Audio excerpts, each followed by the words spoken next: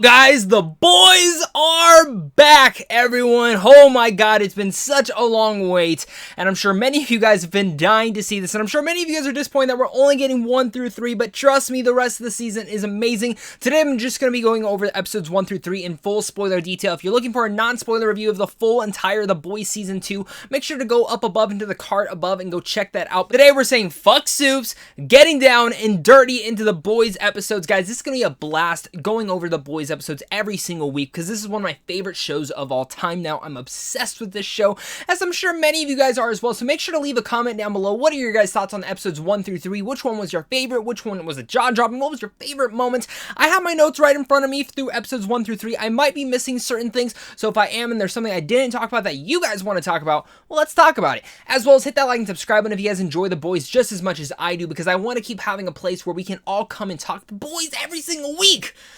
God, let's get to it. Starting with episode 1, we have The Big Ride, which has this great opening music with the Rolling Stones and Black Noir just taking people out. At the same time of a montage going about in a Vought meeting room with, of course, Esposito being all in there and them having this great discussion of what they're going to do with Compound V and everything going about it. It's really interesting and in general just a great setup with mixed with, again, that awesome Black Noir action set piece, which again is just a tiny glimpse to how much great action we're going to get in this season. And kind of going about it, this is more of a catch-up episode. Where's every character from the end of season 1? We also see Homelander. There's a whole funeral of the likes with about Translucence, which again, Translucent was a dirty, despicable person, but I love how, again, this all ties into our world, a satire on our world, because, you know, we don't see this behind-the-scenes stuff in our world. We don't know what politicians, we don't know what actors or actresses, or in general, what our heroes are doing behind the scenes, and I love how The Boys has always been able to intrigue that and make that a different type of perspective for us to truly engage into,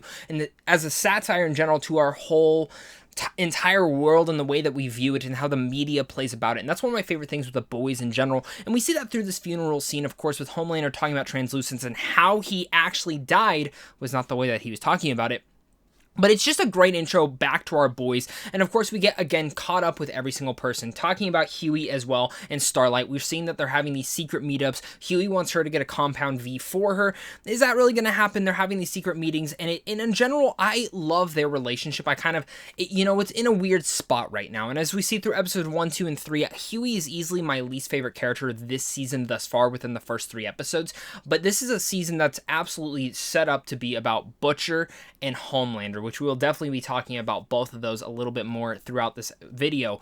But in general, you know, Huey, Starlight, they're having these meetings. Going about it, there's this awesome reenactment of Butcher killing the Madam, which, again, we all know Homelander did that. But again, I like that stuff. I like how they're playing into that satirical element because that's truly what The Boys is. But the thing that grossed me out the most, and this is just Homelander's character, and this episode really much sets up, you know, we get to see where our boys are, where Kimiko, Mother's Milk, Frenchie are in life right now, where they're going about. But the thing that I really much loved about this episode in particular is the stuff they did with Homelander, and setting him up to be such a formidable foe, especially when Ashley comes in, she's taking the position, and Homelander's like, no, I'm in charge. Whatever you hear, I want to know about. And I like those intriguing levels because Homelander's starting to play the same sense of a game. We see some sick stuff about Homelander as well through the first few episodes. And yeah, the milk was just the spot, like the start of it all. It was already gross, and there's other things that tie into that whole thing as well. But of course, we're getting caught up. We see Starlight. She's also trying to blackmail this guy that she's known for a while, who really gross how we're seeing this guy, you know, like we would assume, oh, is this guy gonna be like a male prostitute? No, he's like letting this dude chop his limbs off and they grow back. Really cool superpower. This dude's making a ton of money through that, but Starlight knows how to blackmail all through that, and I adore that. And again, Starlight's character is moving above. She wants to be above Vought. She hates what they are doing behind the scenes, and she wants to beat them overall, and I love that mentality about her. And again, I think that shows just a great performance from her as a character from season 1 to especially now season 2, and everything that she's already journeyed through. We also haven't even talked about the Deep yet, which is kind of going through a drought at this point. Now, I will say this, the Deep and Huey are probably my least favorite storylines throughout this first few episodes, but they do pay off by the end, and I really loved where they ended up going by the end, so do hold fast with those. I love what they ended up paying it off with those, and sometimes it takes a couple episodes to the whole season to really make sense to what these characters are going about. Also, one side thing is, I haven't really talked about Kimiko or Frenchie. I'm loving the little bit of relationships that they're starting to thrive in here, and we will see that continuously throughout the rest of the season. I'm loving them in general. Like, they just have great chemistry with one another, even though Kimiko can't really speak. The way that they interact is just adorable. Of course, the two biggest ball drops at the end of this episode is, of course, first off, Stormfront being introduced as a member of the Seven. I love how she came up, and Aya Cash is just excellent in this role, just in that little tiny details. There's so much behind the layers that you already know. Who is this person? Where is she coming from? Homelander was caught off guard, and this is adding a bunch of different tension to this scene. And for people who have never read the comic books, from what I understand, they have changed a lot from Stormfront's character, so do be prepared for some big, shocking surprises. And speaking of a shocking surprise, holy shit, they blew off that lady's head. The CIA agent they were working for, boom, dead. Who did that? Who was it? Was it Stormfront? Was it this person? Was it that person? I don't know who it could possibly be, but it's going to be an intriguing one at that, to be kind of latched on and kind of dive above this in all else. I love this first episode. It was such a great catching up back, and of course we see Butcher come through the doors, because the whole episode I was like, where's Butcher? Where'd he go? There he is. We're caught up, and jumping into episode 2, which is called Proper Preparation and Planning, we see where Butcher has been. Just like how this first episode really set us up with Homelander, episode 2 is really setting us up with Butcher as a main protagonist and where he is going. We've always known Butcher. I feel like the first season he was more of a side character and Huey was the main character. This season it feels like they are swapped. Huey's more of a side character and Butcher is more of the main player. And this is very much a season that is in particularly parallels between Homelander and Butcher and their ideologies and in general their needs and wants for the society and for in general themselves. This is a very personal season as we see Butcher, and I love Karl Urban's dedication and in general his determination just in his eyes. I feel like a lot of performances rely on over yelling and in general their mannerisms, but I feel like the eyes are a big key part to what acting is, and Karl Urban is just destroying this role. Of course, it continues off the cliffhanger from last season, finding out that his wife and the kid are still alive. The desperation in his eyes to find his wife is truly the thing that really got me in general hyped about this season, because he's dropped off in this random location, runs into a restaurant, starts writing stuff down because that's all he can remember. It's so clever, and again, the way that the story is just written makes me so impressed with how they were able to take about these characters. Speaking about other things that happens to do with Butcher's wife and that kid is Homelander's relationship with this kid, and the relationship he's trying to have. He's playing catch with him and some other things we see later down the episode, but it's just cynical. You know something's going about this. You know Homelander wants to raise this kid for his own, and it's dark, it's disturbing, but it's absolutely bonkers, this relationship that's going about, and you can see the wife is really threatened for her life. There's a little bit of communication though between the boys and Butcher when he's coming back, and Huey does make a good point. You left us for dead, like you didn't come back, and I love how they were able to dive into that as well, especially Huey's character who's kind of more taking a stand for himself. Going out through the episode, one of the things that was absolutely the weirdest thing, and again continuing this weird storyline, is the Deeps thing. We get that weird interaction of him talking to his gills and how they're talking about like this teacher that he finger banged and then just dropped off and stopped. You know, this is perfectly in the boys' fashion of weirdness, because this show is great. It's dramatic, it's heartfelt, it's hilarious, but at the same time, it's kooky, it's weird, it's zany, and it's a perfect satire towards our world. But I love this kind of conversation there. It goes about into the more weirder sense of what The Boys is all about, and it's interesting to say nonetheless. But also diving into these characters a little bit more, we're going to go back through and kind of talk about the ads with the three main women of the Seven, because now there are three women of the Seven. We have Maeve, Starlight, and Stormfront, which again, awesome to all see there. They're doing these weird, kind of funny and hilarious over-the-top advertisements for these kind of marketing ploys, which again are playing into that satirical element. But one of the things I loved is how Maeve's like, I gotta go do something, and they touch into this relationship that she is having, which again makes Maeve a very much more interesting character than she was in season 1. We already got interesting aspects of her, especially from the plane scene in season 1, but this season, and in general this episode, really dives into it in a stronger avenue, and I love what they were able to do with Maeve's character just in these small little instances, and you guys will definitely see through the rest of this show. In general, Aya Cash's Stormfront is really entertaining nonetheless. I love seeing her chemistry with the rest of the people in the Seven, and in general, everyone she's interacting with. She has a great charisma value to her, and she just kills the role. She destroys this role nonetheless, and I like to look at Stormfront as kind of being the Shazam of this world. But My favorite moment between all of this is when we find out A-Train is back. He's coming into play, and Starlight knows something's going between them. They have these great interactions. Starlight gets the compound V. A-Train's trying to blackmail her, but she knows, like, no, you can't say anything because you're fucking up too. And I love, again, how they're playing into that Starlight character, how she's going bigger and she's actually standing up for herself. It's fantastic to see how great of a performance she's giving in a character arc to that nonetheless. We see that from the beginning of this episode when A-Train finally jumps back in to the ending of this episode. It's absolutely great. And A-Train, you know, he's dealing with a lot as well, and we'll see that especially when we jump into episode 3's discussion in this whole video. It's really cool nonetheless, and again, plays into that propaganda part, plays into that blackmailing part, and in general, I love that discussion of when he tries to take the phone, he's like, who are you talking to?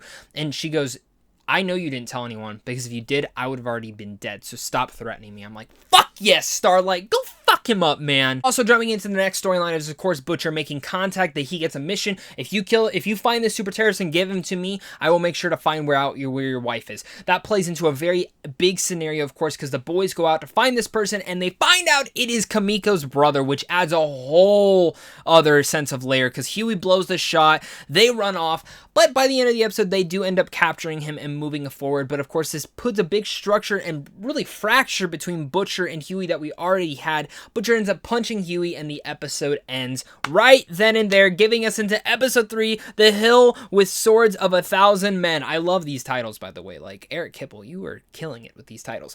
So jumping in now. It starts out on the boat. Huey and Butcher are kind of having a heart-to-heart. They finally have this kind of small breakthrough. We can truly see that Huey's having, like, this mental breakdown. Like, he doesn't know what he's doing. You know, from season 1 to now, we can definitely see that his character has been through so much trauma in such a small amount of time. We also see that Homelander is pushing with his kid for, you know, trying to push him to use his powers. We see him kick him right off the building later on in this episode. It's like, damn, dude, you are a fucked up father. I also love the whole movie stuff. Again, playing into that satirical element, we see how they're playing around with the MCU and the Fast and Furious kind of combined to make a Dawn of the Seven movie, which is funny, but then we see Stormfront is putting in her own play, and no, Homelander is not going to like that at all, as Ashley is freaking out as well. Biggest ball drop is when this Compound V broke out, and Vought has to handle that now. We know Ashley is afraid of Homelander and needing to get all this information to her, and when stuff happens like this and she doesn't know where he is, it plays into a different type of area. It's kind of nice to see the boys finally getting to celebrate a win. This is a big win for them, and no one really trusting Huey and Starlight. We get to see that, yes, we can trust her, guys. She is a good person. One of the most smaller and subtle moments of this episode is actually the moment between A-Train and Starlight really discussing why she did it, why she thought about it, and in general, his discussion of where he's coming from as a person. We see that there's two different ideologies, and again, two different ways that they grew up on. But of course, nonetheless, throughout this, the NYPD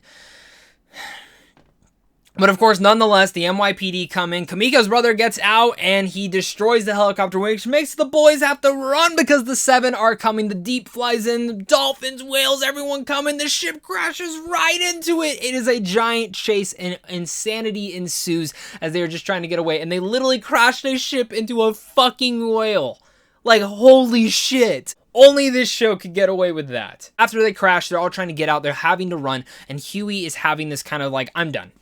Like, I'm in a fucking whale at this point. And I love that. There's a great discussion between him and Mother's Milk in this scene that I think is absolutely wonderful. Especially how in the first episode we see Mother's Milk kind of yelling at Huey and kind of this relationship just coming about a little bit stronger. Because Huey's always been the one that's kind of the outsider to this group of boys. But they're finally starting to formulate. And I really appreciate that nonetheless. Of course, the Seven does arrive. They're going through the sewers and they're all just trying to get away. The Seven's going about it. We see A-Train's getting some issues. Homelander notices that, which is going to play later on in the season. We already know that as well.